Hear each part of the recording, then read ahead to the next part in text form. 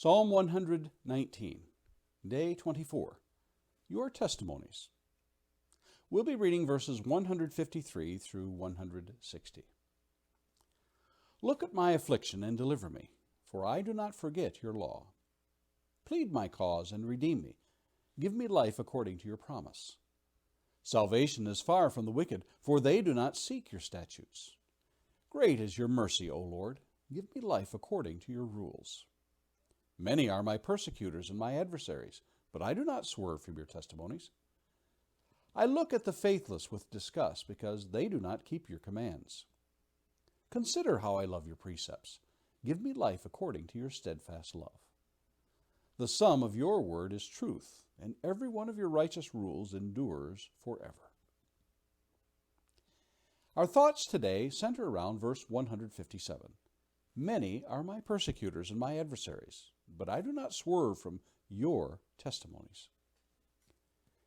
Discouragement is defined as a loss of confidence or enthusiasm. Synonyms for discouragement are demoralized, despair, disheartened, dismay.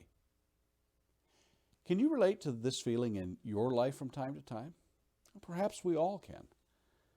Within the word discouragement, we recognize the word courage. This is exactly what we have lost in times of discouragement.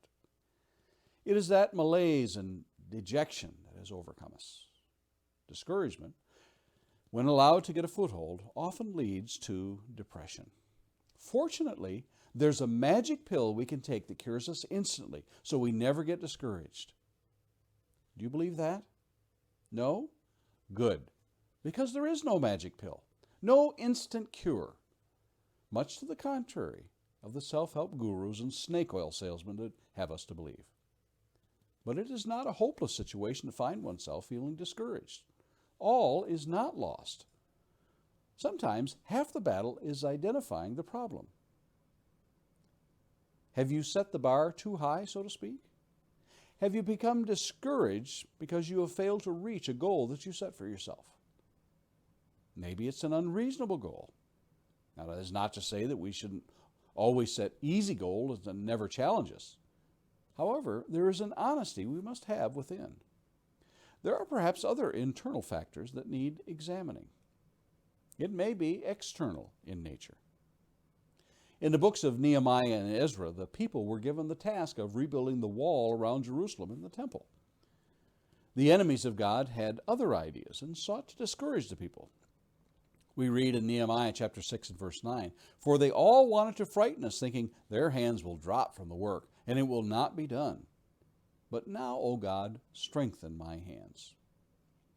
Ezra chapter 4 and verses 4 and 5 tells us, "Then the people of the land discouraged the people of Judah and made them afraid to build and bribed counselors against them to frustrate their purpose, all the days of Cyrus, king of Persia, even until the reign of Darius, king of Persia."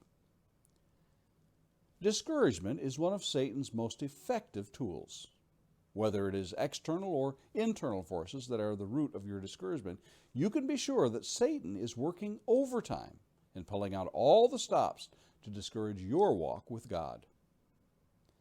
One thing that is helpful to remember at all times is what John tells us in his letter. In 1 John chapter 4 and verse 4 we read, "Little children, you are from God and have overcome them, for he who is in you is greater than he who is in the world." Over and over, the children of Israel were told to be strong and courageous. Consider these passages. First, from Deuteronomy chapter 31 and 6. "Be strong and courageous. Do not fear or be in dread of them, for it is the Lord your God who goes with you. He will not leave you or forsake you." And again in Joshua chapter 1 and verse 9. "Have I not commanded you? Be strong and courageous. Do not be frightened and do not be dismayed, for the Lord your God is with you wherever you go." Even though the psalmist has many persecutors and adversaries, his strength and confidence to fight against discouragement is found in God's testimonies. He knows the power in them will bring him through. Look through Psalm 119 and see how many are his enemies, and then note what he turns to in those times of trouble. Have you turned to God's Word for your confidence?